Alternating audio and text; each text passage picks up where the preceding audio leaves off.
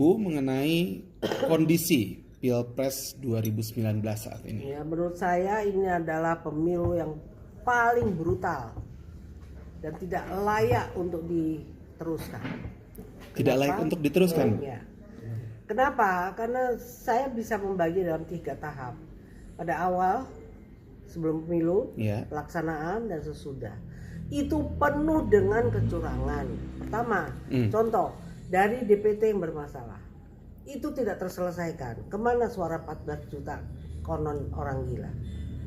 Kemudian setelah pelaksanaan, kita tahu sendiri di mana-mana itu terjadi manipulasi data suara. Ya. Saudara-saudara kita dari relawan itu merekam, misalnya perolehan suara Prabowo dicoretnya Jokowi. Ya. Itu salah satu contoh. Ya. Kemudian yang sekarang pun, buat apa ada TPS yang diulang? Buat apa ada pemungutan suara ulang? Itu modus operandi untuk kecurangan. Karena dengan demikian gampang untuk dicoblos kembali. Dan banyak data-data yang udah di mana-mana lah, orang tahu sendiri. Ditemukan suara-suara tidak pada tempat yang layak dan lain sebagainya. Itu sudah jelas. Coblos lebih dulu. Ada yang sudah dicoblos lebih dulu. Bahkan saya menandai ketika walaupun dikatakan hoax, tapi buat saya seorang politisi, saya merasa ini adalah bentuk indikasi alibi kecurangan. 7 kontainer yang katanya adalah surat suara yang sudah dicoblos. Berarti berapa? 7 juta suara yang ditemukan di mana Priok waktu itu. Tapi katakan itu ditutup katanya hoax. Tapi indikasi-indikasi ini menurut saya sudah cukup untuk mengatakan bahwa pemilu ini harus segera ambil langkah konklusi didiskualifikasi untuk pasangan nomor 01. Diskualifikasi nih Bu, Yes. hasilnya. Bukan Yes. perhitungan ulang atau pemilihan ulang. Tidak, perhitungan ulang akan membahayakan. Akan dilakukan modus yang peran yang sama untuk kecurangan lagi. Kenapa konklusinya adalah diskualifikasi? Kenapa tidak pemilihan Banyak ulang? sekali yang tadi saya sebutkan itu salah satu contoh. Sudah memenuhi yang namanya TSM itu, terstruktur, masif, sistematis. Dan bahkan banyak sekali pelanggaran dalam kata yang dilarang undang-undang. ASN dilibatkan di aparat negara, bukan aparatnya penguasa. Maaf kalau saya bilang, Polri sendiri diikutsertakan. Ini kan alat negara, bukan alat penguasa. Jadi kenapa saya ambil kesimpulan itu sudah selesaikan? Ini selesai, dis saja. Aparatur sipil negara gitu. Ya ASN itu kan. Hari ini 24 April tadi ada aksi di depan Bawaslu. Oh iya, Di iya. mana masyarakat merasa ada yang bawa keranda mayat. Ada yang bilang demokrasi sudah mati. Apakah ini pasti bentuk-bentuk dari kekecewaan masyarakat, Bu? Iya. Apakah memang masyarakat mengharapkan diskualifikasi atau terjadinya hal lain atau solusi lain dalam pemilihan ini, Bu?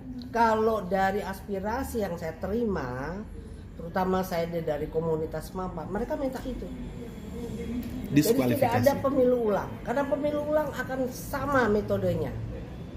Akan berulang lagi. Berulang lagi masalah kecurangan itu.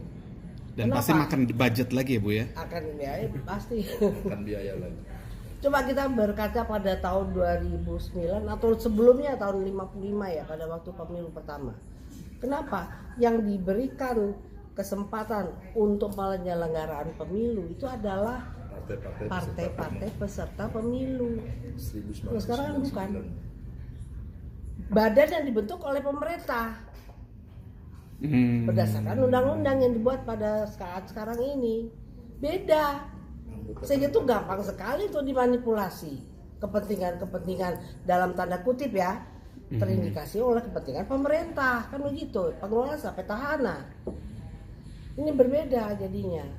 Nggak independen ya, Bu ya? Tidak independen Sebetulnya tidak lagi. independen. Kalau Itu partai jelas. peserta pemilu, Kalau peserta pemilu udah punya kepentingan Saling untuk menjaga. memenangkan hak masing-masing. suaranya konstituennya. Hmm. Tapi kalau ini ya petahana, apalagi yang Bisa sekarang jadi ini dengan alat undang-undang nomor berapa 6 ya yang katanya hanya 2 paslon.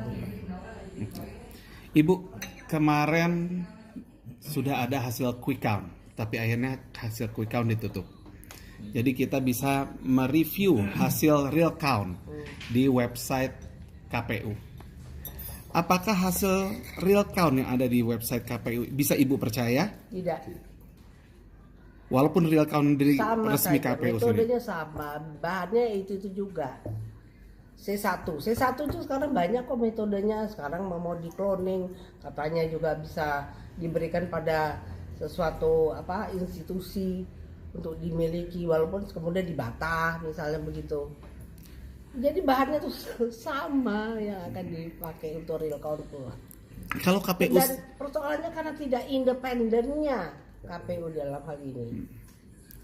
Kalau hal seperti ini nih, jadi bisa dikatakan bahwa KPU memfasilitasi bentuk kecurangan untuk diumumkan dan jadi berita masif di masyarakat ya Bu ya. Iya. Apa yang bisa kita lakukan terhadap KPU apabila terbukti memfasilitasi pidanakan? Terutama juga misalnya quick count itu. Jika terbukti. Lembaga survei yang itu apabila terbukti dia mengambil sampelnya 2000 dia upload begitu rupa, itu bisa dipidanakan. Itu mengelabui masyarakat. Belum selesai penghitungan suara, KPU sendiri mengatakan baru akan diakui setelah KPU dulu kan. Tapi dia belum. Real count quick count itu mereka upload duluan. Itu bisa dipidanakan. Wah, Apabila melakukan kebohongan. Kalau kondisinya jadi seperti ini ya Pak ya Bu ya, KPU tindak independen, memfasilitasi kecurangan, para pemilihannya sendiri juga curang. Memang bingung ya Bu ya, kalau kita mau lanjutkan terus bingung ya, perhitungannya pun jadi tanda tanya hasil akhirnya. Iya. Dan itu buat penyadaran bagi seluruh rakyat juga, baik penyelenggara negara. Sudah, stop kecurangan. Itu menurut saya.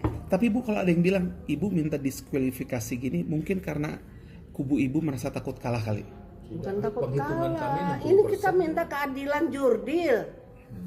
Dari awal saya bilang, kami bukannya tidak anti kepada satu bentuk damai, tapi damai ada syaratnya kayak Bung Karno. Saya lebih cinta perdamaian, kemerdekaan daripada perdamaian. Kalau damai tidak merdeka, buat apa saya di situ? Damai tidak jurdil. Ini juga sama, damai tapi tidak jurdil. Apa saya harus memilih damai sementara ketidakadilan berlangsung? Itu make sense. Baik Ibu, terima kasih waktunya, terima kasih pendapatnya. Semoga hasil pemilu ini, pemilihan umum ini diberikan hasil yang terbaik. Semoga Indonesia dijadikan negara baldatun thayyibatun warahun ghafur. Terima kasih Ibu. Kami undur diri dulu. Assalamualaikum warahmatullahi wabarakatuh. Udah pulang nih. Sampaikan tadi, ini adalah kesimpulan dari mana saya mendapat aspirasi rakyat itu kepada saya. Saya menyampaikan, mau dikatakan sebagai penyambung lidah silakan aja. Tapi ini adalah hak kedaulatan rakyat yang perlu diperjuangkan dan jangan dimanipulasi suara rakyat itu.